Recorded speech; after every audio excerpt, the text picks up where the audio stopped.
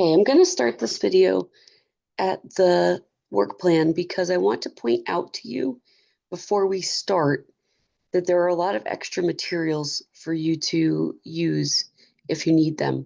So on the work plan up at the top, you're going to see there's a link here to the whole drive. I'm going to go to that link and go into the whole drive. And if you go to quarter 3 and into organic chem,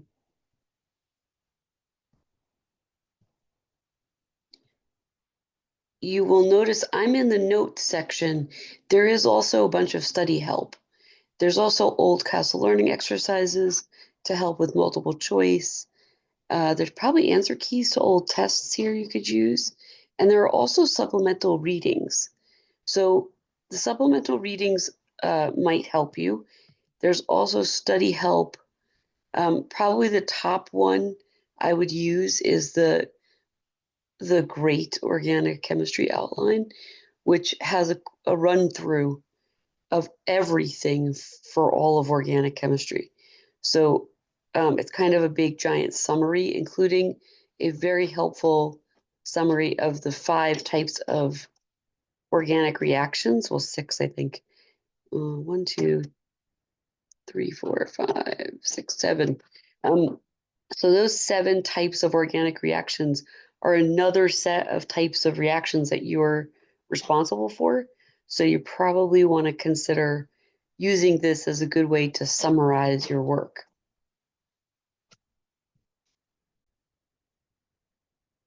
So now that we're done looking at the work plan and checking out the drive, let's head into the slideshow because I need to go over with you how to draw these molecules. So first things first, keep in mind that there are a list of guiding questions here. Those guiding questions are to make sure that you understand everything that's critical in this list.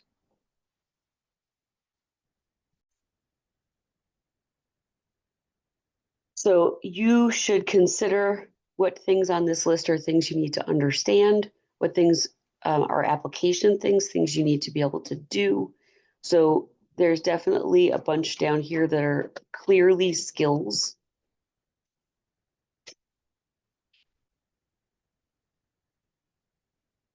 For those skills, I think probably the stuff you're going to get most confused about.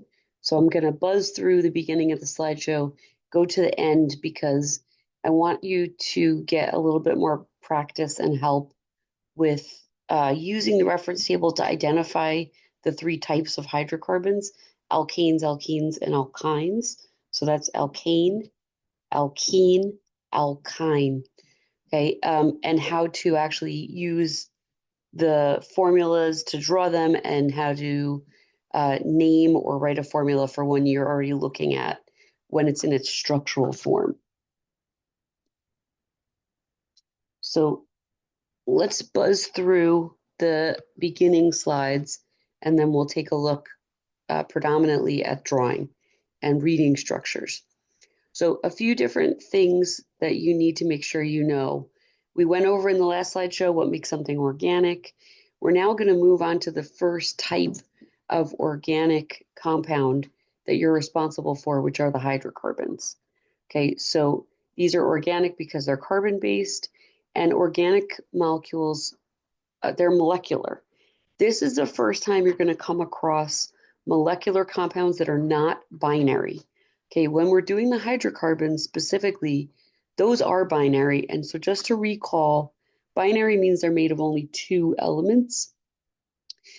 But as we move on to other classifications or categories of organic compounds, we are going to see a bunch that are not binary.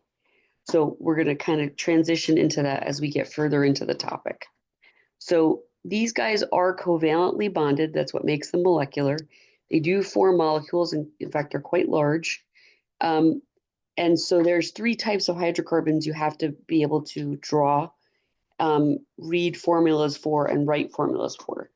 So we have to make sure we go back and take a look at what is a molecular formula, what is a structural formula, and can you draw a correct structural formula? So a structural formula is a little bit like a Lewis structure, but as you get into organics, you're going to find that it's a little bit clearer because you're dealing with always the same type of structural formula. You don't have to switch back and forth because while we're doing organic, there are no ionic compounds. You're only in the world of the molecular.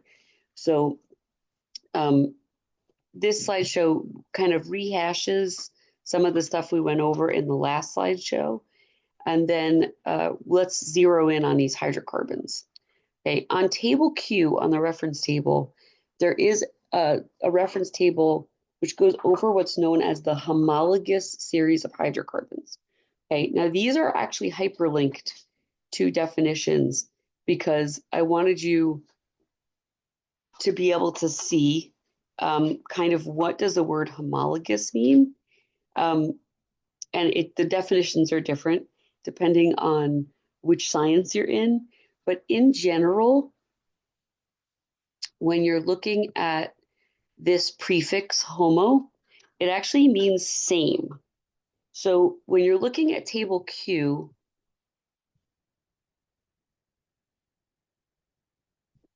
I'm going to just buzz over to a reference table and then make sure that it's showing up on the screen.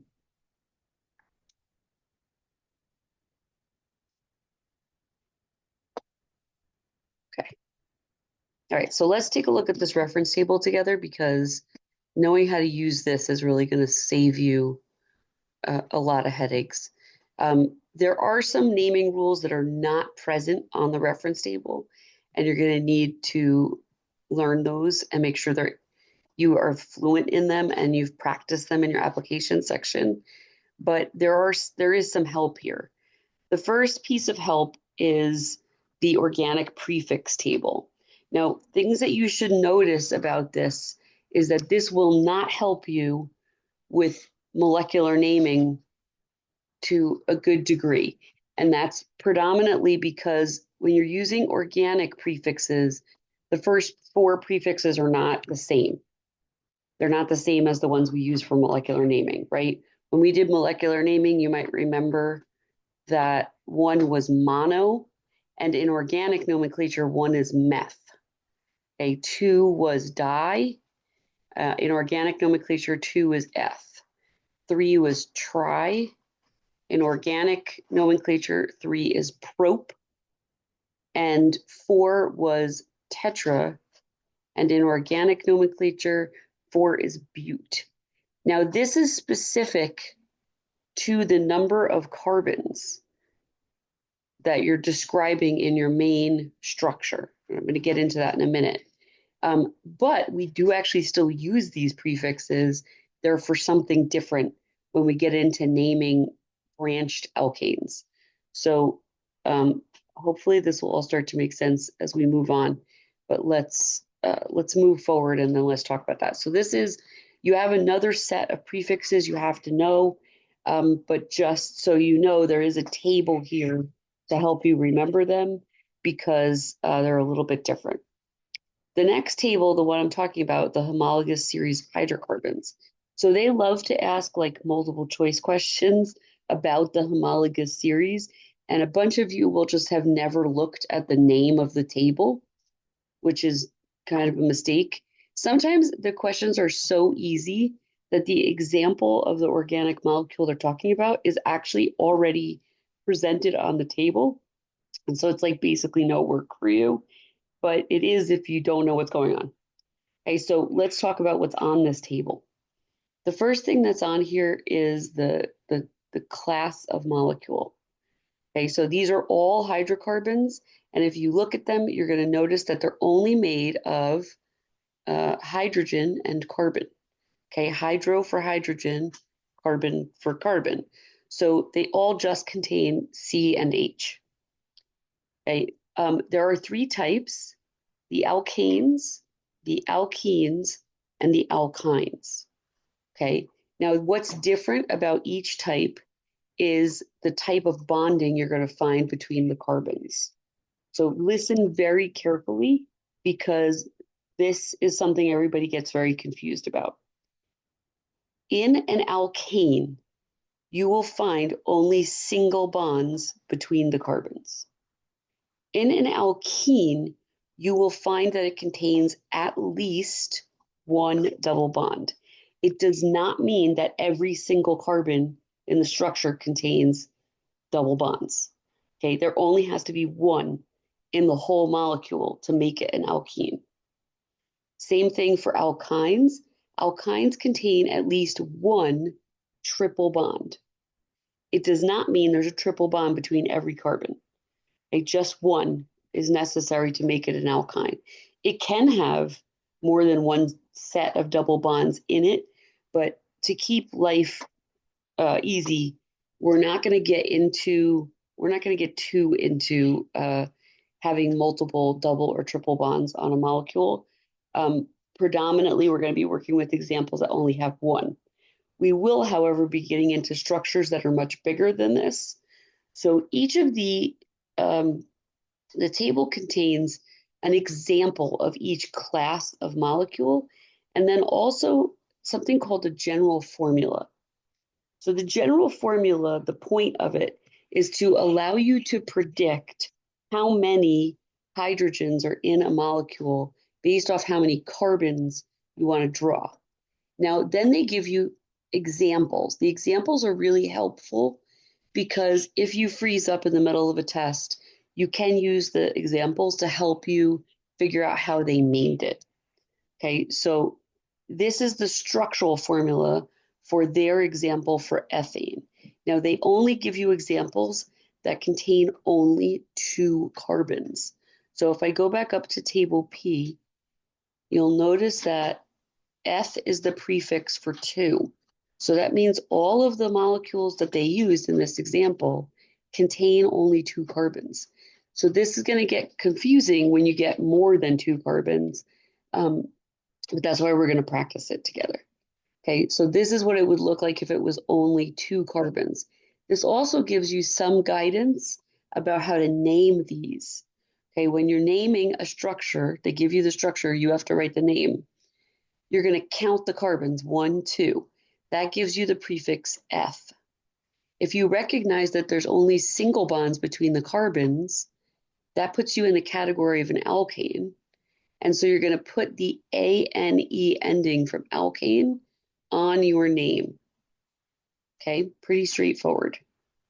If you look at your structure and you see you have 1, 2 carbons, but the molecule contains at least one double bond, you are now in the category of an alkene.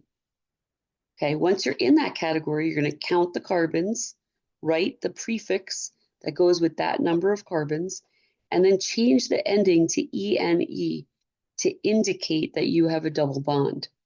Now, when we get to naming alkenes, one of the things that's important is that you have to tell people the location of double and triple bonds. And so we have a way of doing that. So I'm going to explain that when we get to it. And then the same thing happens if you're looking at a molecule, you see that there's at least one triple bond. That puts you in the category of the alkynes. So you're going to count the carbons. That prefix will tell you the number of carbons. And then the YNE ending will tell you that you have at least one triple bond. Okay, so it's actually pretty straightforward. You can rely on this table to help you. So there is a little coded formula here that would tell you if I said, so probably while I'm doing this in class, you're going to be confused how I'm doing it. So for example, if I wanted to write a formula, okay, remember a molecular formula tells you the types of atoms you have and the number of them. So for example, if I have one carbon and 4 hydrogen, okay, that is methane. And this is the molecular formula. All it tells me is I have 1 carbon and 4 hydrogens. It doesn't necessarily tell me anything about the way that that molecule looks. It doesn't tell me the structure. It only tells me fully what it contains. Okay, so if I were to write a formula for this structural formula, a molecular formula for this would involve me just counting all the atoms. Okay, so 1, 2 carbons, and 6 hydrogens. What this little formula does is it allows me to very quickly predict how many hydrogens I would write for a molecule with any number of carbons, right? So say I wanted to draw a molecule that was an alkane that had 8 carbons, or sorry, just write a formula for it. I just want to write the formula. I don't want to have to draw the whole thing out and count all of the hydrogens to figure it out. What I'm going to do is I'm going to plug that into this formula. So if I have 8 carbons, N equals the number of carbons that's down here. Okay. So if I take N and I plug it into this formula, N equals 8. Okay. So 2 times 8 plus 2, that's 10 plus 2, sorry, that's 16 plus 2, would give me 18 hydrogens. So I would know that if I had this molecule, I would have 18 hydrogens. So these formulas are really handy. Not only do they allow you to write molecular formulas quickly for each class of molecule, they allow you to figure out from just looking at molecular formulas whether or not they're alkenes, alkynes, or alkanes, because you have to look at them and figure out whether or not they fit into these formulas. So you'll notice each formula is a little bit different. If you're an alkene, your number of carbons is just multiplied by 2 to get your number of hydrogens. And if you're an alkyne, your number of carbons is multiplied by 2, and then you subtract 2 because the triple bonds are making it so you have fewer hydrogens. All right, so let's get down to the part where we actually have to draw these guys. Oh, hold on. Annotation.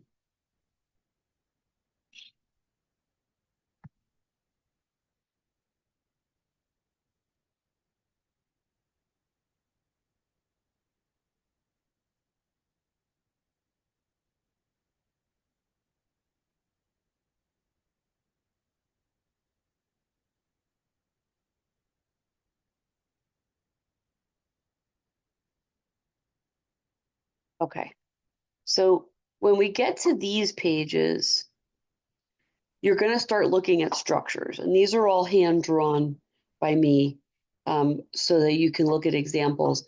But they're static examples. In other words, there's no videos in this one showing you how to do this. So I want to point out to you what these diagrams mean. So here I have alkanes at the top. I explain that these are considered saturated. They have only single bonds between the carbons. Okay, so for this one, I wouldn't count the number of carbons. 1, 2, 3. That's the prefix prop. Prop. I have recognized that they only have single bonds, so I'm just going to say ANE. This belongs in the category of alkanes. Now, I went up a number, all the examples on the reference table have only 2. I went up to 3. So 1, 2, 3 carbons. That puts me at prop again, but I have at least one double bond. So this changes my ending to propene. Propene. Okay. Now I have 3 carbons again, prop. But here I have a triple bond. So this changes my ending to propyne, which indicates to me when I'm looking at the name that I have 3 carbons and at least one triple bond. Now, where you put that triple bond is going to depend on what your name says. In this particular molecule, it doesn't matter where you put it because basically both locations are the same. But later, as you get to bigger molecules, there will be a number to indicate where you should put it. So we'll get into that in a sec.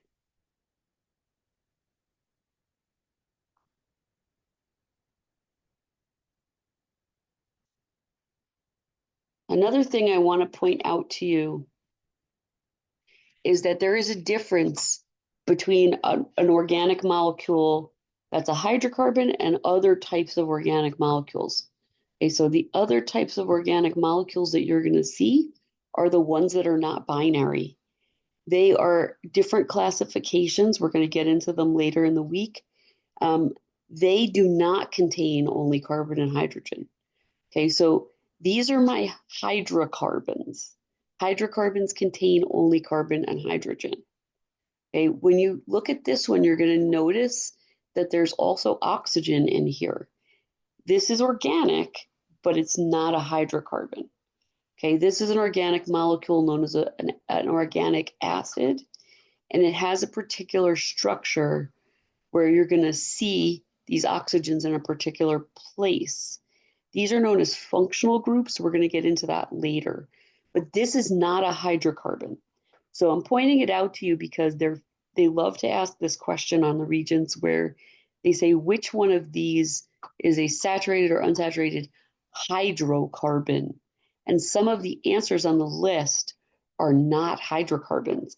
And so you should immediately eliminate them because they're not contenders in the question, right? So if it says hydrocarbon in the question, it has to be an answer that contains only carbon and hydrogen. And so this is where your really careful reading comprehension is going to come in. Okay. Now, when you're drawing these, you need to make sure you're following the rules that we learned for drawing Lewis structures for molecular compounds. Okay, so you're going to notice that each of these lines represents 2 electrons in a bond. A double bond represents 4 total electrons or 2 pairs. Okay, and that when you're drawing bonds, you don't give people more bonds than they can make, right? So carbon, if you remember the Honc rule, HONC, hydrogen can only make 1 bond.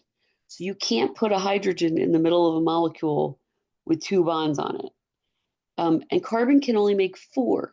So as you're going around a structure and you're just drawing hydrogens everywhere, make sure you're careful that you don't give more hydrogens to a carbon than it can hold.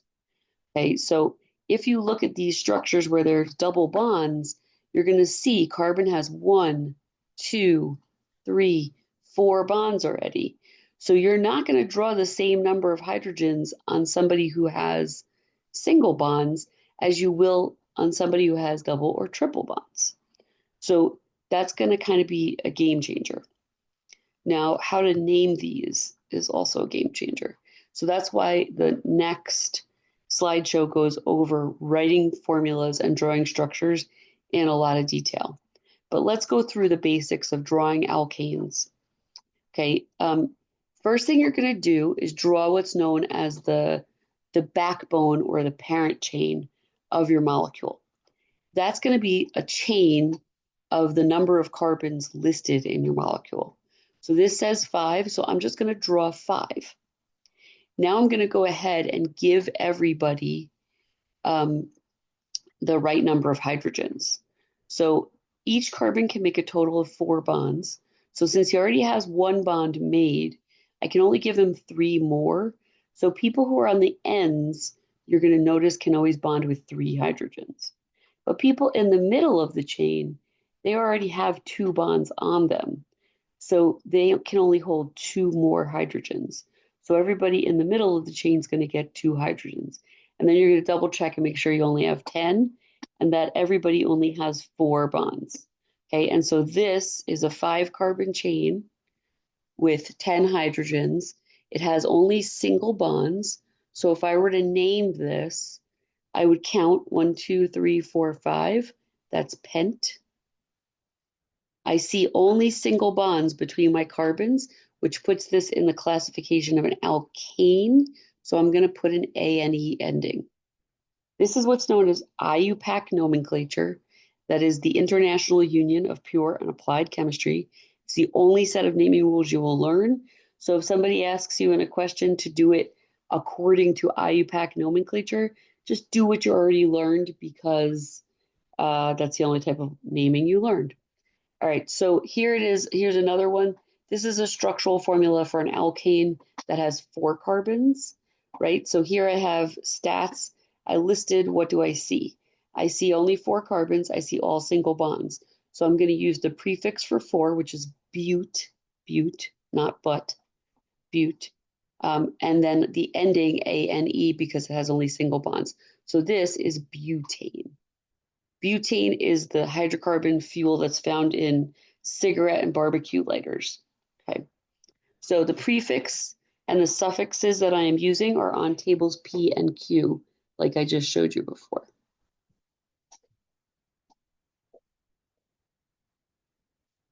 Okay, now what if I have a branch on my alkane? Now this gets really tricky, so we're definitely gonna have to practice this a lot in class. So I think we'll go over it in class. Um, first I would get the hang of drawing alkanes, alkenes, and alkynes, and then we'll kind of loop back to this a little bit later in the week. And there's detailed videos on this. But when we get to alkenes, we start to have to do something called numbering our parent chain. When you number a parent chain, your numbering always has to number in a way where the thing that's interesting on your molecule gets the lowest number. Okay, so you're going to notice if you go through these examples and you redo them in your application section, which you should, on the left, you have a double bond that's sort of dead in the middle of the molecule. Okay, if you put it right in the middle of the molecule, then no matter which direction you count in, and by direction I mean did you start on the left and go to the right, or did you start on the right and go to the left? You're going to end up with this double bond on the same number of carbon. If you look at the one on the right-hand side of the screen, though, you're going to notice that when I had 5, if I put this double bond on this carbon, if I count, let me put numbers up here for a sec. If I count in this direction, 1, 2, 3, 4, 5, I'm counting carbons. My double bond, I usually say it's on the first carbon that I see, is on the third carbon. But if I try it again in the other direction, I count 1, 2. This allows me to put the double bond on a lower numbered carbon. Okay, so that's actually a rule. I have to put it on the lowest numbered carbon. These rules have to do with the fact that organic molecules are enormous, and so you don't want to, you want it to be on the lowest carbon to make it a little easier for people to understand the location on the molecule. Okay, so you see that I have a number. Let's break down this name really quick, and then I think we're getting close to the end of this video. Number 2 tells me the number of carbon that this double bond is on. This tells me I have 5 carbons, and this ending tells me that I have at least 1 double bond. Okay, so that's where I'm getting the name from. 2-pentene. You're going to do basically the exact same thing if you have triple bonds. Okay, you're going to number your parent chain, give the location. So you'll notice on the screen on the left-hand side, I show you how to draw the structure from the name. And on the right-hand side, I show you how to name it from the structure. So I would definitely go through each of these examples in my application section and make sure you really have it down pat.